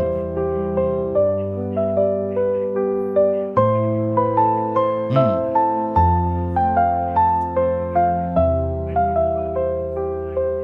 ಎಸ್. ಹಾ ಎಸ್. ಹಾ ಎಲ್ಲಿ ಹೋಗ್ತಾ ಇದ್ದಾನೆ ಈಗ? ಎಲ್ಲಿ ಹೋಗ್ತಾ ಇದ್ದಾನೆ? ಇಮ್ಯಾಜಿನ್ ಮಾಡ್ರಿ, ಯೆರೂಸಲೇಮಿಗೆ ಆತ್ಮ ನಿರ್ಬಂಧದಿಂದ ಹೋಗುತ್ತಿದ್ದೇನೆ. ಆಮೇಲೆ ನೋಡ್ರಿ, ಅಲ್ಲಿ ನನಗೆ ಏನು ಸಂಭವಿಸುವುದೋ ನಾನರಿಯೇ. ಹಾ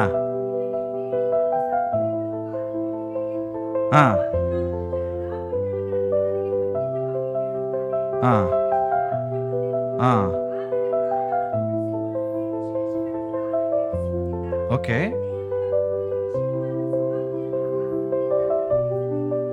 ಹ್ಮ್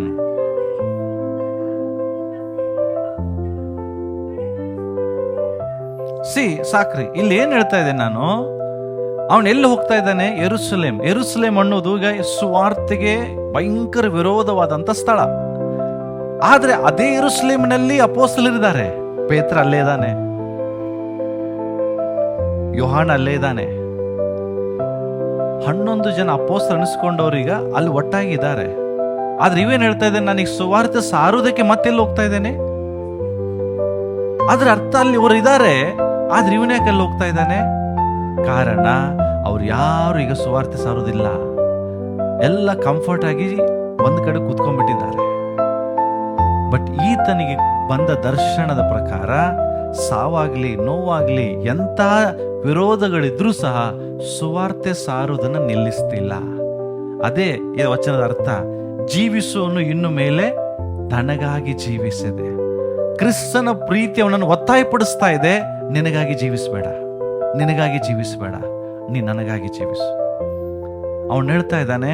24ನೇ ವಚನ ಬಹಳ ಇಷ್ಟು ಅದ್ಭುತವಾಗಿತ್ತು. 24ನೇ ವಚನ, ಪ್ರಾಣವನ್ನು ಉಳಿಸಿಕೊಳ್ಳುವುದೇ ವಿಶೇಷವೆಂದು ಎನಿಸುವುದಿಲ್ಲ, ಆದರೆ ದೇವರ ಕೃಪೆಯ ವಿಷಯವಾದ ಸುವಾರ್ತೆಯನ್ನು ಆಸಕ್ತಿಯಿಂದ ಪ್ರಕಟಿಸಬೇಕೆಂಬುದಾಗಿ ಕರ್ತನಾದ ಯೇಸು ಕ್ರಿಸ್ತನಿಂದ ನಾನು ಹೊಂದಿರುವ ಸೇವೆಯ ಓಟವನ್ನು ಕಡೆಗಾಣಿಸುವುದೇ ನನ್ನ ಅಪೇಕ್ಷೆ. ಬೇರೆ ಯಾವುದು ಇಂಪಾರ್ಟೆಂಟ್ ಅಲ್ಲ. ಪೌಲನ್ ಲೈಫ್, ಕ್ರಿಸ್ತನ ಪ್ರೀತಿ ಅವನನ್ನು ಒತ್ತಾಯಪಡಿಸ್ತಾ ಇದೆ.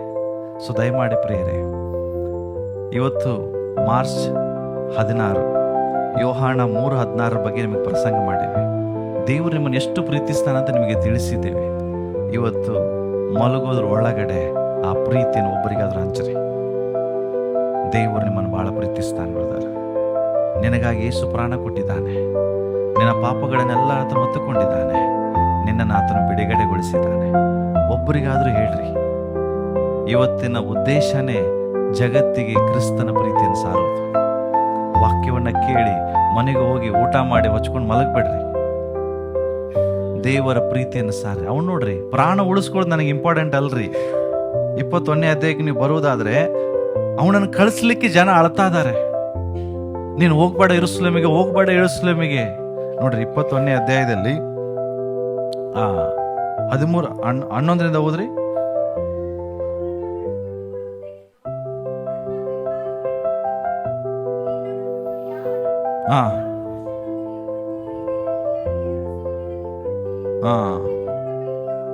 ನೋಡ್ರಿ, ಅಗಮನೆಬ್ಬ ಒಬ್ಬ ಪ್ರವಾದಿ ಅಲ್ಲಿ ಬಂದು ಇವನಿಗೆ ಎಂತ ಕಷ್ಟ ಸಂಭವಿಸ್ತಿದೆ ಹೋದ್ರಿ ಅಂತ ಹೇಳ್ತಾ ಇದ್ದಾನೆ. ನೀನು ಹೋದ್ರೆ ನಿನಗೆ ಗ್ಯಾರಂಟಿ ಸಮಸ್ಯೆ.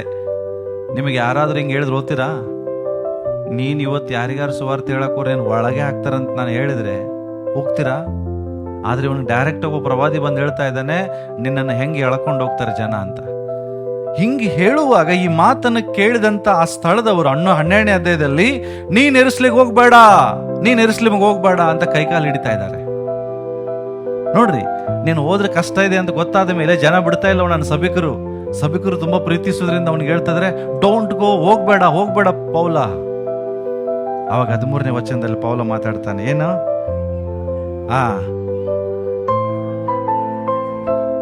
ನೀವ್ ಯಾಕಿಷ್ಟು ಹತ್ತು ನನ್ನನ್ನು ಎದೆಗೊಳಿಸ್ತಾ ಇದ್ರಿ?